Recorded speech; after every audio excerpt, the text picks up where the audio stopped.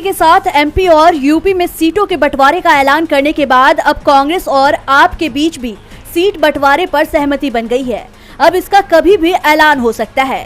कांग्रेस और आप के बीच ये गठबंधन दिल्ली, गुजरात, हरियाणा और गोवा में होगा। पंजाब को लेकर पहले ही कांग्रेस और आप के बीच सहमति बन चुकी थी कि दोनों ही दल यहां आमने सामने की लड़ाई लड़ेंगे, क्योंकि पंजाब में बीजेपी पहले से ही बेहद कमजोर है। अकाली दल भी अब मजबूत नहीं बचा है।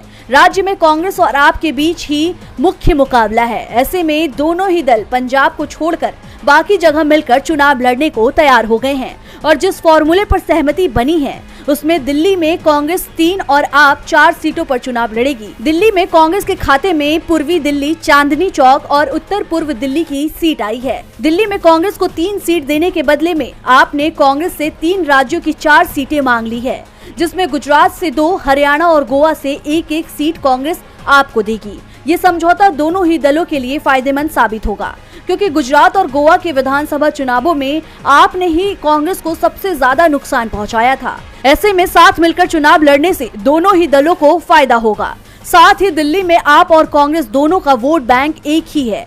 ऐसे में अलग अलग लड़ने पर दोनों को ही नुकसान होने की संभावना थी, लेकिन अब गठबंधन के चलते बीजेपी बड़े नुकसान में जाते दिखाई दे रही है।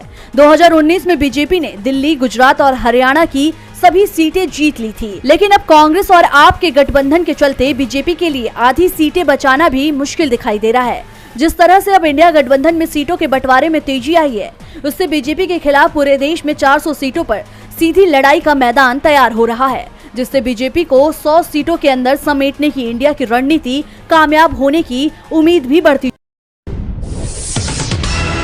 के मुद्दे पर खुलकर सरकार की मुखालफत करने वाले और पुलवामा मामले पर सनसनीखेज खुलासा करने वाले जम्मू कश्मीर के पूर्व राज्यपाल सत्यपाल मलिक से मोदी सरकार इतनी घबरा गई है, उनके खिलाफ ही केंद्रीय एजेंसियों को लगा दिया है।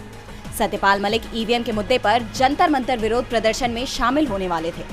उससे पहले ही सीबीआई ने उनके आवास पर छापा मार दिया। जम्मू कश्मीर के कीरू हाइड्रो इलेक्ट्रिक प्रोजेक्ट से जुड़े कथित भ्रष्टाचार के मामले में सीबीआई ने ये छापेमारी की है। सीबीआई ने गुरुवार सुबह पूर्व राज्यपाल सत्यपाल मलिक के दिल्ली स्थित आवास और दफ्तर की तलाशी ली। इसके साथ ही केंद्रीय एजेंसी ने जम्मू कश्मीर में भी 30 ठिकानों पर छापा डाला। वहीं मामले पर सत्यपाल मलिक का बयान भी सामने आ गया है। सत्यपाल मलिक ने ट्विटर पर ट्वीट करते हुए लिखा है, मैंने भ्रष्टाचार में शामिल जिन व्यक्तियों की शिकायत की थी, उन व्यक्तियों की जांच ना करके मेरे आवास पर सीबीआई द्वारा छापेमारी की गई है। मेरे पास 4-5 कुर्ते पायजामे के सिवा कुछ नहीं मिलेगा। तानाशाह सरकार एजेंसियों का गलत दुरुपयोग करके मुझे डराने की कोशिश कर रही है। मैं किसान का बेटा हूँ, ना मैं डरूंगा ना झुकूंगा।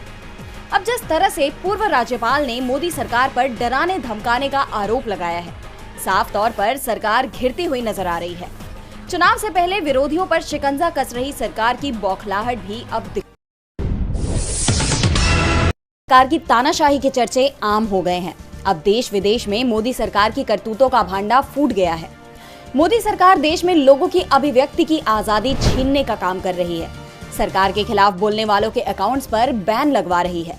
दरअसल केंद्र सरकार ने एलॉन मस्क के सोशल मीडिया प्लेटफॉर्म एक्स से कुछ अकाउंट और पोस्ट हटाने का आदेश दिया।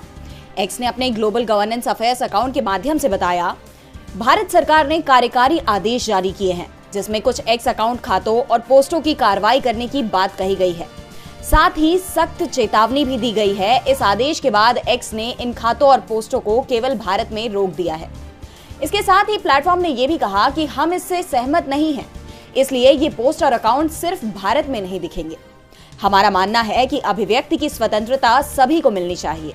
अब इसे लेकर दावा यह भी किया जा रहा है कि इनमें से अधिकतर अकाउंट किसानों के चल रहे विरोध प्रदर्शन के समर्थन में ट्वीट कर रहे थे। और इस महीने की शुरुआत में गृह मंत्रालय ने फेसबुक और इंस्टाग्राम को भी सैकड़ों अकाउंट और लिंक ब्लॉक करने का आदेश दिया था। एक्स के इस बयान के बाद देश की जनता में, खासकर किसानों में मोदी सरकार के खिलाफ आक्रोश बढ़ता ही जा रहा है। एक तरफ मोदी सरकार किसानों को उनके हक के लिए विरोध प्रदर्शन भी नहीं करने दे रही और अब उनकी आवाज को दबाने की साजिश रच रही है। एक्स के इस खुलासे के बाद अब इन गंभीर आरोपों से मोदी सरकार कैसे बचाएगी अपना दामन, ये देखने वाली बात।